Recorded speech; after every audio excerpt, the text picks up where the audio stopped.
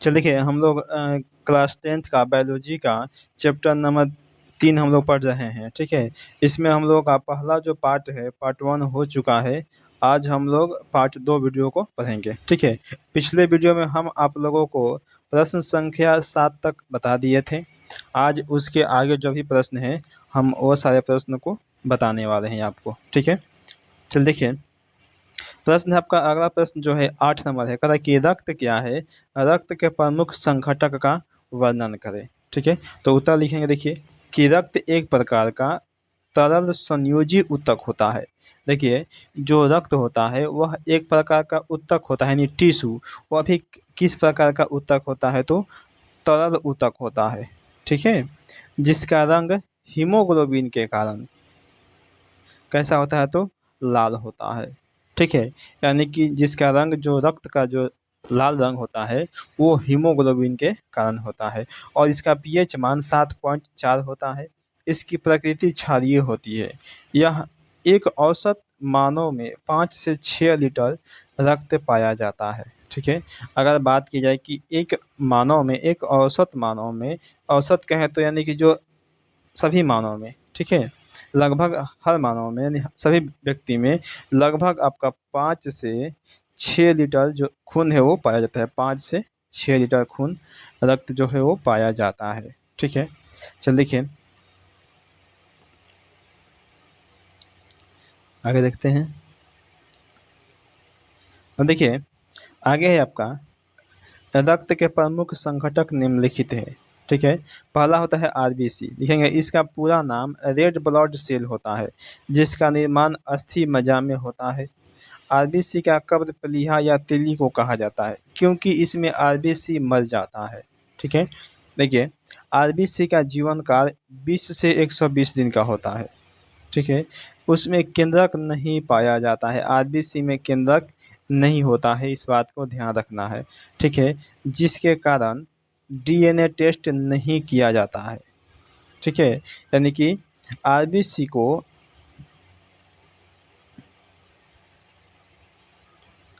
RBC को परीक्षोसाइट भी कहा जाता है। इसका मुख्य कार्य शरीर की कोशिकाओं में ऑक्सीजन पहुंचाना होता है। ठीक है, देखिए आरबीसी का जो मुख्य काम है वह शरीर की सभी कोशिकाओं में ऑक्सीजन को पहुंचाना होता है। यह ऑक्सीजन को पहुंचाता है शरीर की बाकी सभी कोशिकाओं में।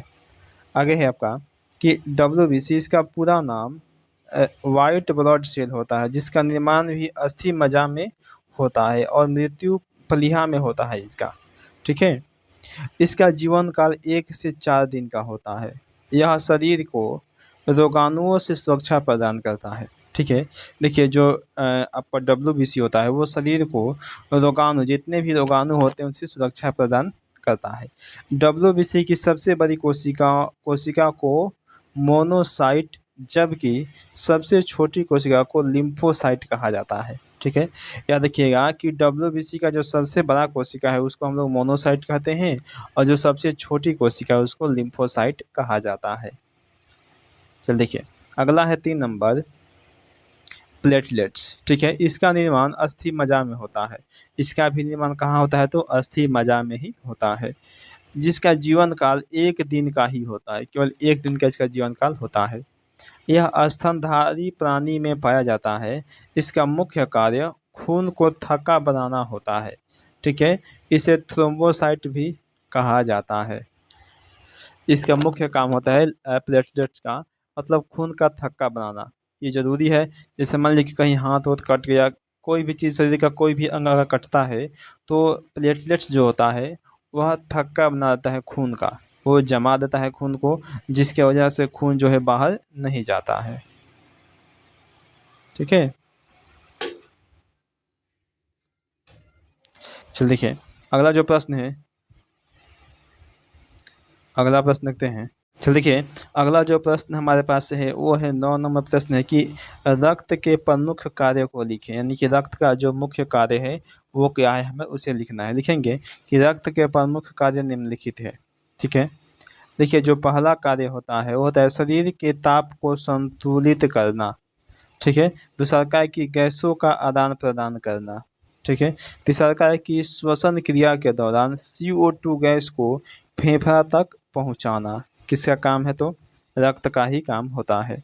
अगला है कि शरीर को रोगों से सुरक्षा प्रदान करना, ये भी काम है। अगला है पांचवा कि फाइब्रिनोजेन एंजाइम रक्त को थक्का करता है, ठीक है। यानी कि जो फाइब्रिनोजेन एंजाइम होता है वो रक्त में थक्का बनाने का काम करता है।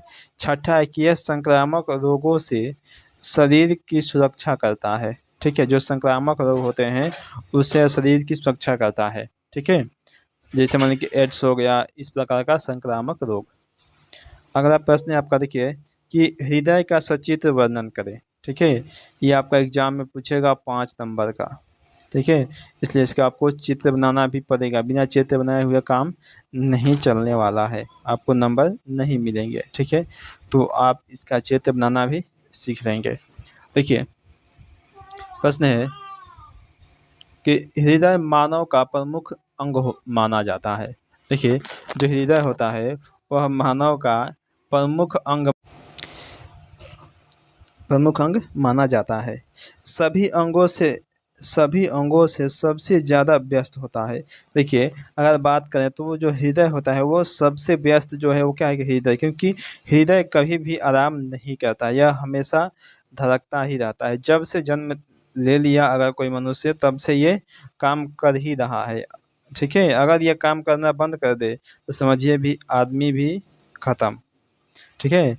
यानी कि ये हमेशा जब तक आदमी जीवित है तब तक ये लगातार काम करता है, कभी रुकता नहीं है और कभी थकता नहीं है, ठीक है। अगर थक गया तो आदमी ज़िंदगी से थक जाएगा।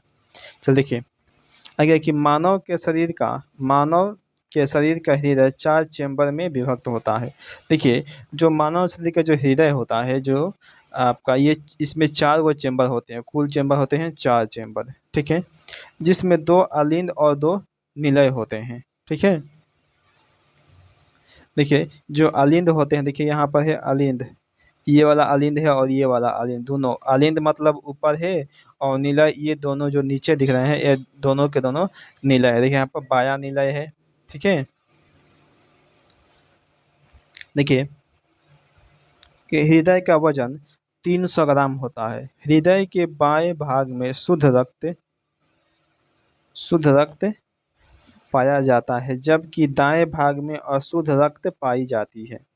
हृदय वक्ष गुहा के दोनों फेफड़ों के बीच स्थित होता है, जो एक दोहरी झिल्ली से घिरी होती है, जिसे हृदय वरण कहते हैं।